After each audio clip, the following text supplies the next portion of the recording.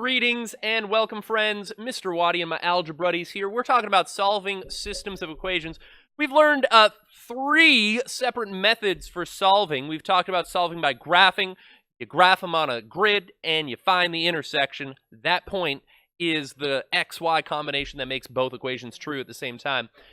We've learned solving by substitution, which if I was to do that, I would have aimed for like this Y as step 1, or this Y would be just fine. And our last, most recent step, the most, I guess I was going to say most powerful step or method was elimination method. Elimination method.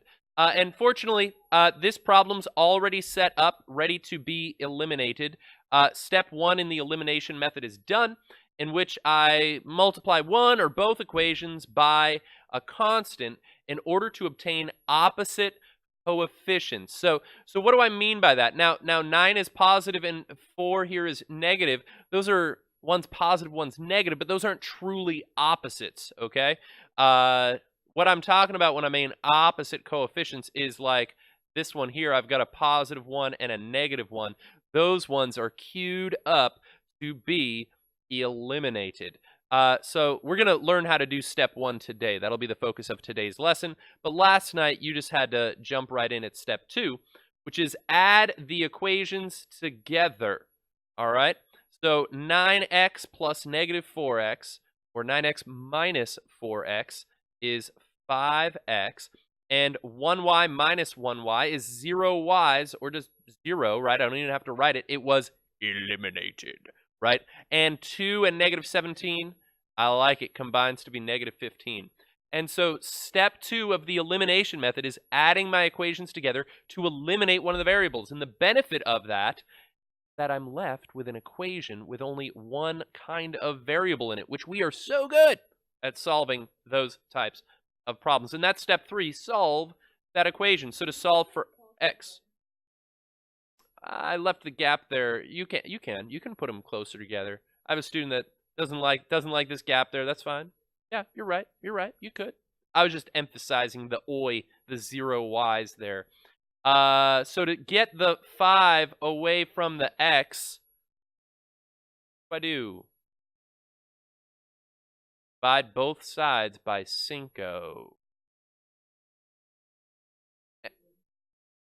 And x equals negative 3. Now, am I done solving it? No, I'm like half done, right? I've solved for one of those variables. I got to solve for y as well. Which equation should I plug this into?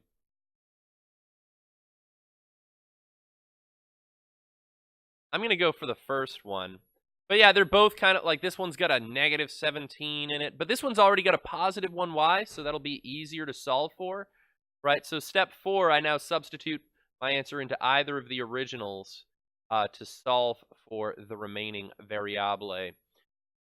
So to solve this for y, 9 times negative 3, that's like negative 27. And to get y by itself, what do I do?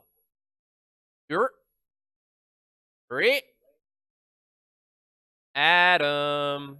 Both sides. Add them. There we go. I don't have any Adam students in my class. But if I did, I'd say add them to both sides. Probably every time. I'd very much annoy that person. So my solution is negative 3 comma 29, which, I mean, I could have solved by graphing or substitution, but this one was nice that I already had opposite coefficients there to do the elimination step. So elimination is more effective than the other methods in certain situations. Okay, this one is like a little faster. But this one I could have solved by substitution, I suppose. That's a weak spot right there.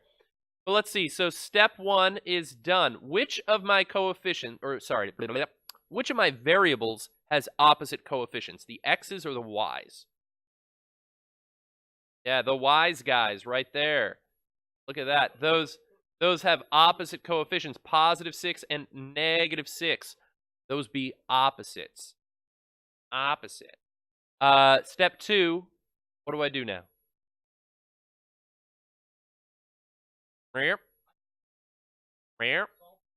If I was using substitution, we're doing elimination today.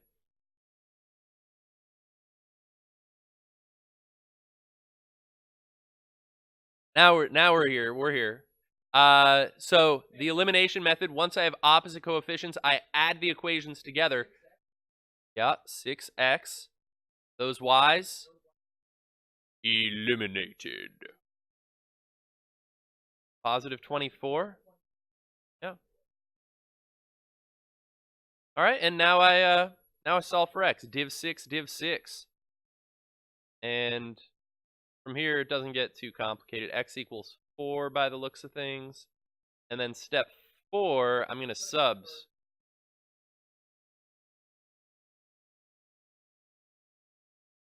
Yeah, the first equation's all positives. I don't know. Doesn't matter. And it literally does not matter which equation you plug it in for x, because it will give you the same answer either way. So if I do 5 times, I'll even write this one in the color purple. I'm substituting. I'm replacing x with what x is equal to, which is 4. Right?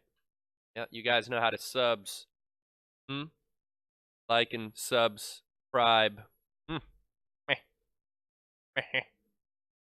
So 20 plus 6y equals 50. How do I solve for that y, friends? Yeah, that 20 is positive, so I'll subtract it from both sides. Hopefully we're getting super good at solving one variable equations. 6y equals 30. All right, I like that. Trinster. See, go check out Trinster Math on YouTube. Div both sides by 6, y equals 5. So my solution is 4, 5, like so. All right, so the next problem I'm going to do, step 1 is kind of done, except I'm not ready to add the equations together just yet. I'll show you what I mean. I'm going to take a sip of some coffee. Coughing. I saw a coffee mug online once, which was like the Pokemon coughing, and I think it said coffee or something. I don't remember. Pretty good. All right, here we go. So, so the problem here is, notice this equation is written in standard form, ax plus by equals c. This equation's written like in no form. In order to do my elimination step, I have to have my x's, my y's, my equals, and my constants all lined up. Notice that. X, y, equal, constant, right? And the problem is, a y and the x, I can't combine those. A constant and a y, what? An x and a constant? Doesn't work. Yeah, so I'm gonna take this equation here and rearrange it, okay? So negative y minus 10 equals 6x. I want to get the x over on this side and the 10 over on that side. What do you guys think? Oh, that's an even better way. I like your plan better. I was gonna move 2 things and then you around with another plan. Let's add y to both sides, because then I'll have an x and a y here and a constant over there. I like it. And so I'll write down more than I need to here, but negative 10 equals 6x plus y. And then let's just like switch the whole thing around using the symmetric property of equality. So if negative 10 equals that, then that equals negative 10. So let's flip it. 6x plus y. Oh dear. Actually, oh no. Okay. All right. Let's see what happens here. We'll be able to figure this out, and this will actually give us. I don't think this was the way they intended us to do it. It'll work. Nope. 5x plus y equals negative 10. So now step 1 is done. Almost actually. I don't have opposite coefficients. No. If I did move the x over here and the 10 over there, I would have had a negative y or an opposite of y, which would have been slated to get eliminated with that. Right now, they're both positive, so if I added the equations, 1y plus 1y is 2y, not 0y. So tell you what, let's try, what if I wanted, I kind of want this to be negative, right? Wouldn't that make me happy? So let's just opposite. We'll just opposite this whole equation, which is the same as multiplying or dividing by -1. So let's just opposite this. And so I'll have negative 5x minus y equals, what's the opposite of negative 10? Positive 10. And let's rewrite this top one again. I like to have these side by side. All right, now step 1 is done. All right, it wasn't the only way to do it, but basically this whole time, what I was doing here was line up like terms and get opposite coefficient.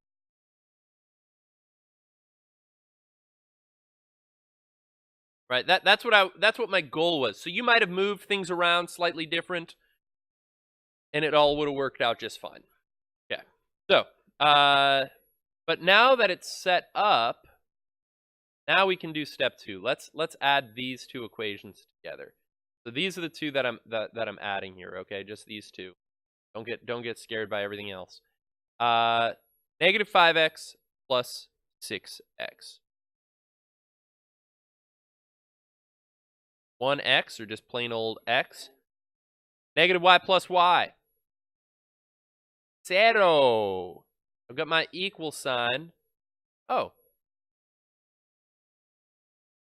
And actually, oh, can you solve that equation for me? Like, solve it for x? What do you have to do to both sides to solve it for x? It's already solved for x. It's telling me x equals 0. It was solved. So I actually didn't have to rearrange anything. I just... So, all right. If I want to solve for y now, I've got to substitute 0 in for x. Technically, I can do it in this equation, in this equation, in this equation, in this, or this. Any equation that had both an x and a y would allow me to plug in 0 for x and solve for y. So which one should I plug in for? What do you guys like? I'm liking equation 2. Why did you like equation 2? It's already got a positive 1y in it, right? That's kind of classy. Step 3 in this one, it's hidden by my inkwell there. But it was, step 3 is usually solve, and this one was already solved. So 5 times 0 plus y equals negative 10. 5 times 0 is 0. I just get y equals. All right. Well, thanks for watching, Internet friends. Adios.